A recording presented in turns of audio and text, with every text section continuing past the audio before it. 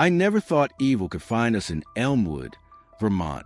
This quaint little town nestled in the rolling green hills of New England felt like a sanctuary, a place where history whispered through old maple trees, and the air carried the scent of pine and peace. My name is William Petit, and for 22 years, my wife Jennifer and I built a life here, a quiet haven surrounded by sprawling lawns and the kind of stillness that makes you believe in forever. Our two-story colonial house stood proud on Cedar Lane, a testament to our dreams.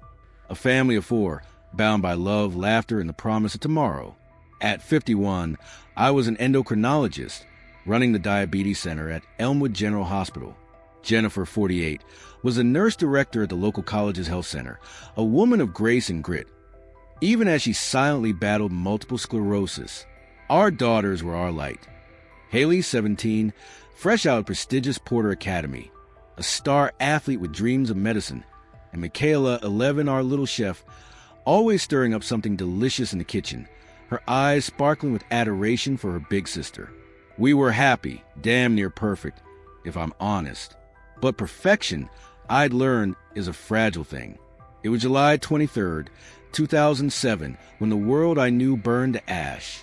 That morning started like any other, until my father, John, barreled down our street, his pickup truck screeching to a halt. He'd gotten a call from our home security company. Our fire alarm had tripped, but no one answered. No one could reach us. I can still hear the panic in his voice echoing in my head as he sped towards Cedar Lane, only to find a nightmare unfolding before his eyes. Let me take you back to the night before, July 22nd. It was a Sunday, warm and lazy. Jennifer and I sprawled on the couch, the TV flickering with some unforgettable show. Michaela bounded over, all 11 years of her tugging at her mom's sleeve. Please, Mom, let's go to the market. I want to make Italian toast and spaghetti. That girl could have charmed the devil himself with her grin. Jennifer relented, and off they went, chatting and giggling down Elmwood's quiet streets. I stayed behind, sinking deeper into the cushions, savoring the stillness. Haley was upstairs, probably plotting her next cross-country win or dreaming of med school. Just another night in paradise. They didn't know it, none of us did, but a shadow trailed them home. A man, eyes cold and calculating, watched from the market parking lot as they loaded groceries into our SUV. Joshua Komisarjevsky. I'd never heard the name then, but it'd haunt me soon enough. He memorized our address, saw the wealth in our house's clean lines, and whispered a plan to his buddy, Stephen Hayes. 2 predators, circling us like wolves. By 3 a.m., I was jolted awake by a blinding pain, sharp, wet, exploding across my forehead. My eyes flew open, and there they were, 2 masked figures looming over me in the dim glow of the living room. One gripped a baseball bat, blood dripping from it. My blood. The other leveled a gun at my chest, his gaze icy, unblinking. Move, and you're dead, one growled, voice low and guttural. I froze, every nerve screaming, but my mind raced. Who were they? What did they want? I didn't fight, not yet. Resistance would have been suicide. They bound my wrists and ankles with rope, tight enough to bite into my skin, then blindfolded me with a black cloth. The world went dark, but the sound sharpened.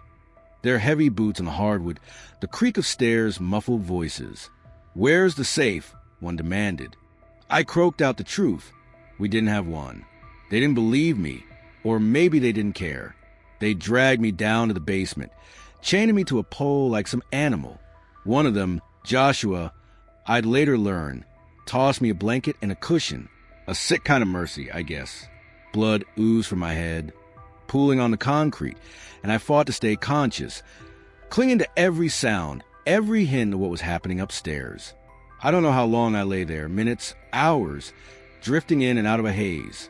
The pain was a living thing, gnawing at me, but worse was the dread. Where was Jennifer? The girls? My family was up there, and I was helpless, chained like a damn dog. I strained to listen through the fog. Birds chirped faintly outside. Dawn was breaking, maybe 4 o'clock or 5 a.m. Then I heard her, Jennifer's voice, trembling but defiant, coming from the kitchen. "Take the checkbook," she said. A pause and a guttural command. "Get it now." Silence stretched, thick and suffocating, until a sound sliced through it, a low, agonized moan. Jennifer. My heart seized, and I thrashed against the ropes, the metal pole digging into my back. What are you doing to her? I roared, voice raw with terror. A reply slithered down the stairs, chilling me to the bone. Shut up, man. Don't worry. It'll all be over soon. Not a threat, but a promise. Cold, final. I knew then these weren't just thieves. They were monsters. Adrenaline surged, drowning the pain. I yanked at the ropes, desperation fueling me. My wrists bled, but the knots loosened, just enough. I tore free, stumbled to my feet, and bolted up the basement stairs. The house was a tomb, silent except for the distant crackle of something sinister. I didn't stop to look. I ran, bare feet pounding the grass, tripping, falling, crawling to the neighbor's porch. I hammered the doorbell, blood streaking down my face, words tumbling out in gasps. Help, they're in my house. Darkness swallowed me before I could finish. I came to in chaos, sirens wailing, shouts piercing the air. My neighbor's frantic 911 call had roused the cops, but it was too late. Too damn late. Rewind half an hour. While I was chained, Joshua had forced Jennifer into our SUV, gunned her back, and driven her to Elmwood Savings Bank. She walked in alone, hands shaking, and withdrew $15,000. But my Jennifer, she was a fighter. She leaned close to the teller, whispering, "My husband and daughters are hostages. Please call the police." Then she walked out, head high, back to hell. The cops got the call and surrounded the house, hiding in the trees, waiting for the right moment. They didn't move fast enough. Back inside, Joshua and Stephen tied Jennifer, Haley, and Michaela in separate rooms. What they did next, I can barely say it. They violated my wife, my little girl. Michaela was 11. 11. When they realized I'd escaped, panic set in. They didn't just want to run, they wanted to erase us. Gasoline splashed across the floors, over my family. A match flared, and the house erupted into a furnace. I was out cold when the flames took them. Jennifer, strangled first, burned beyond recognition in the living room. Haley, my fierce runner, collapsed on the stairs. Smoke choked her lungs as she fought to escape. Michaela, tied to her bed, thrashed against the ropes, her tiny body scorched alive. The cops watched it burn, helpless with a garden hose against an inferno. By the time the fire trucks roared in, my girls were gone. Joshua and Stephen fled in Jennifer's SUV, but the police rammed them off the road, cuffing them in the dirt as my father arrived, staring at the smoldering ruin of our lives. I woke in a hospital, tubes in my arms, head pounding like a war drum. The doctor's words hit like bullets. "Your wife and daughters didn't make it." I didn't cry then, shock numbed me. But inside, I was screaming, clawing at the void where my family used to be. I'd survived, but for what? To bury them? To face the men who'd stolen everything? The killers had names now. Joshua Komisardiski, a twisted soul from a broken home. Abused, abandoned, a teen rapist turned soldier turned predator. He'd stalked Jennifer and Michaela, lured by their innocence. Stephen Hayes, a petty thief with a fractured mind, raised by a struggling single mom, hooked on drugs and warped fantasies. They'd met in a halfway house, two ticking bombs finding each other. July 22nd was their detonation. The trials dragged on, a slow bleed of agony. Stephen faced a gavel first. December 2010. 17 charges, kidnapping, arson, murder. He sat there hollow-eyed, muttering apologies that meant nothing. Guilty on 16 counts, sentenced to death. I wanted to feel relief, but it was ash in my mouth. Joshua's turn came in May 2012. 17 counts, same deal. He strutted in, smug in a suit, smirking as his lawyer spun lies about his compassion. Compassion? He'd raped my daughter, torched my home. Death penalty again. I wept in the courtroom, not from joy, but from the image of Michaela's curled-up body, replayed in evidence. Then Vermont flipped the script. August 2015, the state Supreme Court abolished the death penalty. Life without parole instead. My sister-in-law raged. They get to live while Jennifer doesn't? I felt it too, just as gutted. leaving us hollow. The cops took heat too. They'd waited too long, paralyzed by protocol while my house burned. We didn't know, the chief stammered. Bullshit. They had Jennifer's plea from the bank.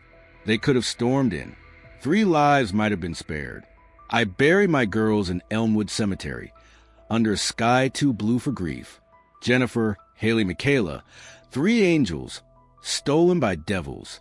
The house was razed, and I built a park there, a memorial with a plaque. 3 angels forever young. I quit medicine. Couldn't face the sterile halls anymore. Instead, I poured myself into their legacy. Haley's Hope Fund for multiple sclerosis research lived on, fueled by her $50,000 dream. Jennifer's sister started Elmwood Light of Hope, a charity knitting our shattered town back together with glowing lanterns each year. Me? I was a ghost for a while, drifting through pain. But at a fundraiser, I met Christine. She saw past my scars, and we married, had a son, a fragile new beginning. In 2016, I ran for state rep in District 22 and won. A voice for the broken, I guess. Joshua and Stephen fester in prison. Stephen tried pills, Joshua noose, but fate wouldn't let them off easy. They're still breathing, while my girls aren't. That's the wound that never heals. Elmwood remembers. The scar runs deep, but we've turned into strength, parks, funds, unity. I walk Cedar Lane sometimes, past a memorial, and hear Michaela's laugh, Haley's cheers, Jennifer's quiet courage. They're gone, but they're here, pushing me forward. Evil struck, but it didn't win. Not completely.